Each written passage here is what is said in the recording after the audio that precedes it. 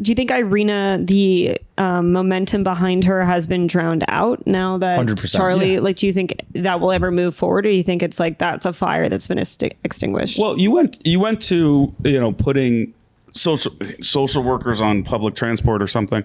I think that you were saying earlier. But like, what was his rap sheet? It was like 14, 40 or something. Yeah. And then this is really basic shit. Yeah. And the data that's come out from that is most people who commit the heinous crimes in this country are repeat offenders. Great. So we have a DA, Alvin Bragg, here in New York City that has a revolving door. People are out very quickly out of the system and like expected to go back, and going back means nothing because they're fucking broke, but they happen to be violent. And that happened with this guy, happened with many other ones that have been highlighted as ICE, and these, beautiful human beings that have, a fair amount of a criminal, violent history are getting a tremendous amount of support.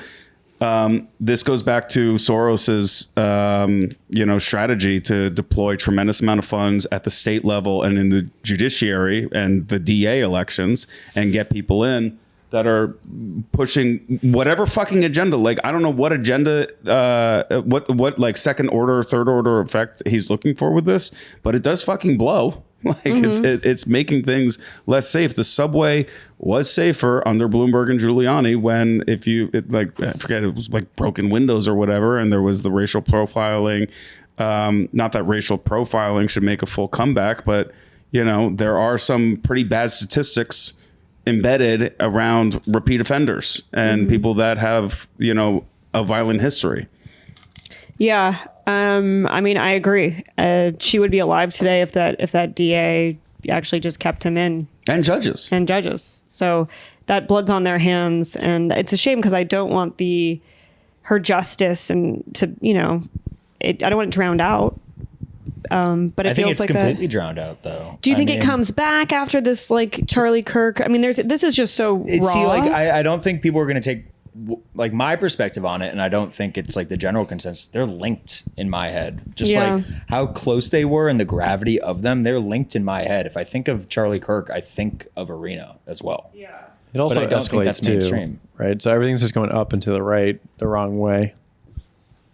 And so she's just like a step on that. And now we have another person, larger, people know them more. But then, hopefully there's not something further, but that's typically where you like have like an inflection point. But it also brings up the question of like, how long is this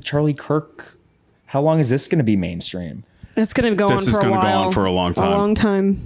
We'll see. I mean, I've just found so many different things that have happened that it's the amazing shock factor. And then you take the weekend off and you come back Monday, and I don't think that's what's happening here. Not. I really hope there's no one-uppery with this one. No, I know. like escalations here start to get into like and the conservatives but everything need to kind of is a one-up. There was a school shooting either the same day or the day after. Yeah, but and that's no one knows about that. That was Denver, Colorado. Yeah. Yep. The Catholic school in Minneapolis, that's gone. Yeah.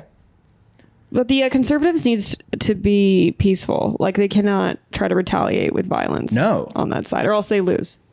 So how do you retaliate? I mean, it needs to be, and it's natural, and I understand it, and I have a similar perspective initially with like conservative, right, left, center. We really need to like bring a conversation that just takes those words out of it. I mean, the entire ecosystem is so fractured and split, and bringing in conservative, right, left, center, it's just even more so divisive, and no one's going to take to those conversations and take anything out of it.